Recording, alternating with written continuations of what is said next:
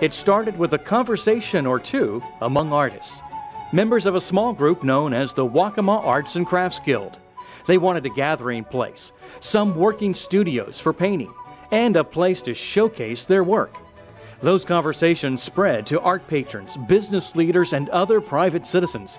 It turned out to be a vision that was shared by many. Then the vision gained momentum and support and became a plan of action. Led by Jane and Harry Charles, the Guild members worked tirelessly to acquire a location and a structure for a permanent home, with the mission to encourage and promote fine arts in the community. Trying to organize a local museum was left up to the Waccamaw Arts and Crafts Guild. And every time they'd see a piece of property that looked like it could be turned into a museum, of course we looked at it and thought about it, but couldn't get the property until we finally got the piece where the museum rests now. A beach house located in the Cabana section of Myrtle Beach was identified as a potential building for the museum. The large villa, built in 1924 by Eugene and Emma Cannon, was purchased in 1945 by Colonel Elliott Springs for use by his family and executives of Springs Industries. The Springs family named the home Springmaid Villa.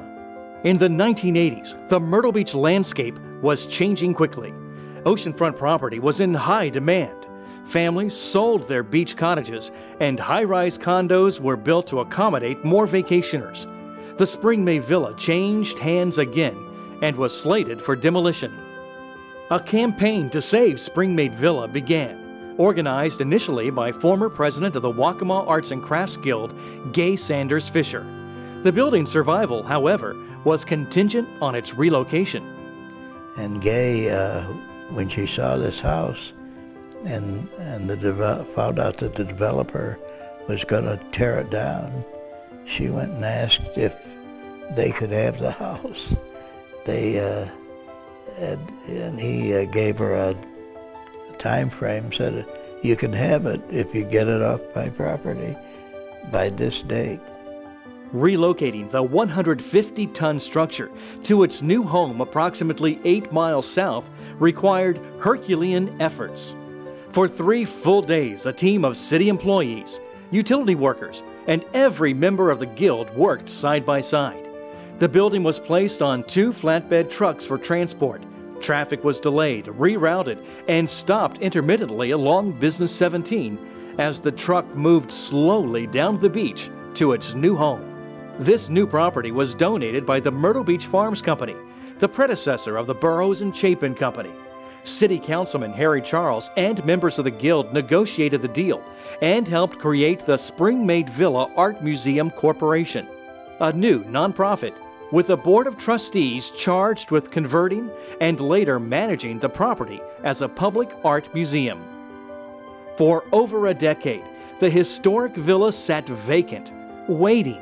It weathered hurricanes and other challenges, while funds were raised and plans were finalized for the renovation. And from there on, pretty much all the direction came from Harry Charles and Bob Pickett, and I was the guy that didn't know much, but Harry Charles could tell me what to do. It was a lot, almost a permanent job for Bob Pickett and Harry and me going down there and keeping the contract true to the original plans. After 13+ years of vision and commitment, the museum opened its doors in June 1997. In recognition of the land donation, it was renamed for the founders of Myrtle Beach Farms Company and became the Franklin G. Burroughs Simeon B. Chapin Art Museum.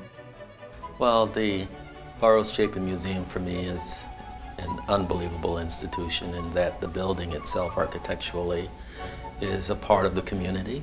The location of it is just fabulous in that it's adjacent to the beach, so it gives people a wonderful opportunity to go into a beautiful historical designed home that then became a museum, to see great collections of art that has canvassed the country, art from many of the native people that have lived in the Carolinas for many, many years.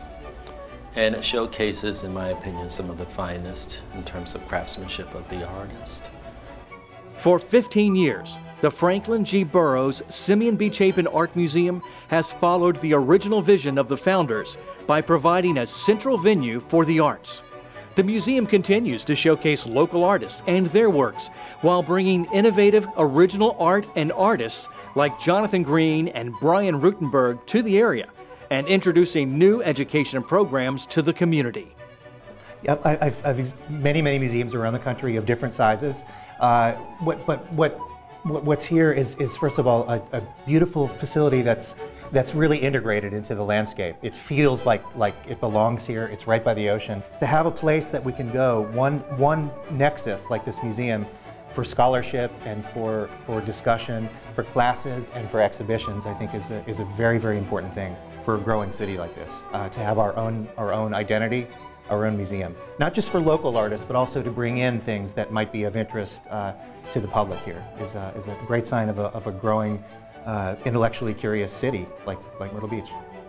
I consider the Burroughs Chapin Museum an unusual and unique palmetto jewel for the state of South Carolina, and I'm honored to be a part of it.